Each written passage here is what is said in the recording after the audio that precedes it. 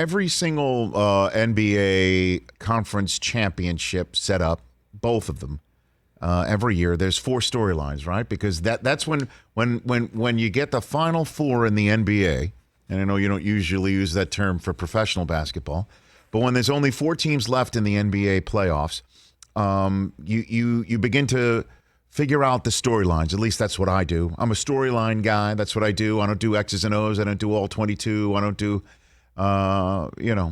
any of that.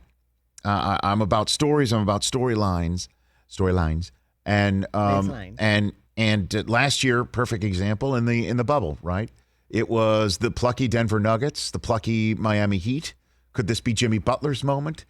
Jamal Murray's coming out party, right? Obviously, with the Lakers, it was, can LeBron do it?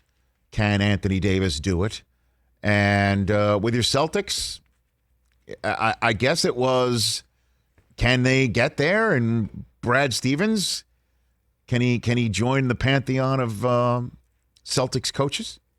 Now he's joined the pantheon of Celtics front office executives. I still can't believe that happened. The Bucks weren't even part of that party last year. Nope. Bounced early. But here we are in these playoffs. State Farm playing tournament and all, and now these playoffs. What if I told you? What if I told you? The first team to be sitting in a conference semifinal, conference final position, the first team in an NBA semifinal, conference final position. That's the way I'll try and fix my misspeaking. What if I told you it would be the Phoenix Suns? Sitting there, chilling and waiting, chillaxing and waiting.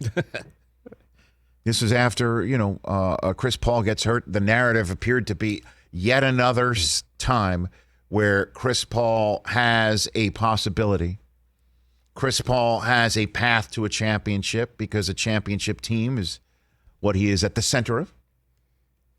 And a main emotional, physical cog in that machine.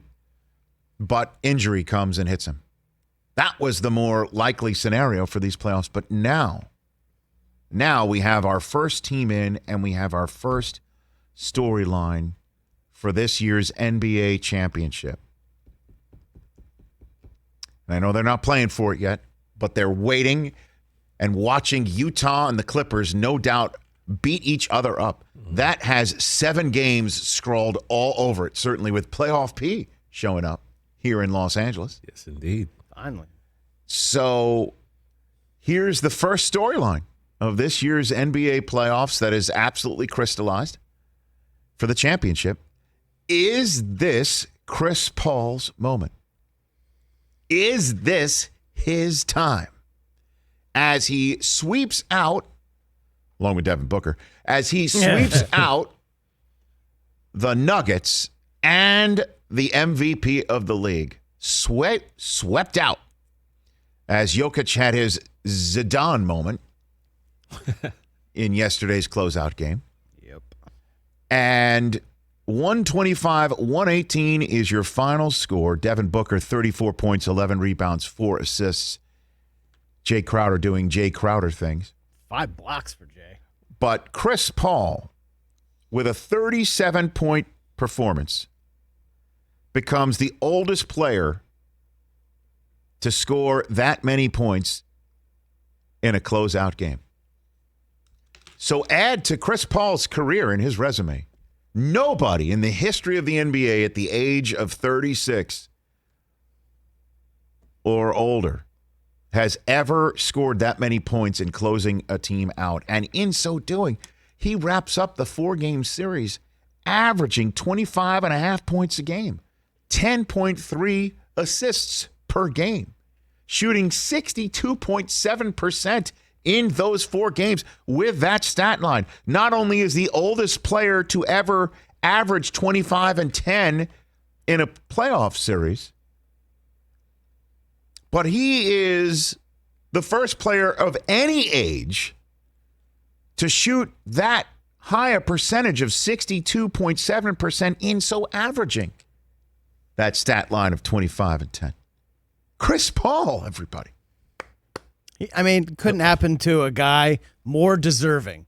You're right. This is his moment. This is his time. And I think Phoenix should be the favorite to win the title. Hold on a second. You got to Easy, pump baby. those brakes. Easy, And I know you're factoring Pump in. what brake? Like, I know come you're on, factoring the guys. fact that Kyrie Irving left yesterday's Game 4 in Milwaukee in a walking boot and crutches, according to Rachel Nichols. And, the Sixers are not yet having their moment, and we will see what the Bucks can potentially do with a banged-up Nets squad, or if the Nets can come back together. However, you've got the Utah Jazz and the Clippers also. I don't know about calling them the front runner for the title. You could put that in your Overreaction Monday segment for later on.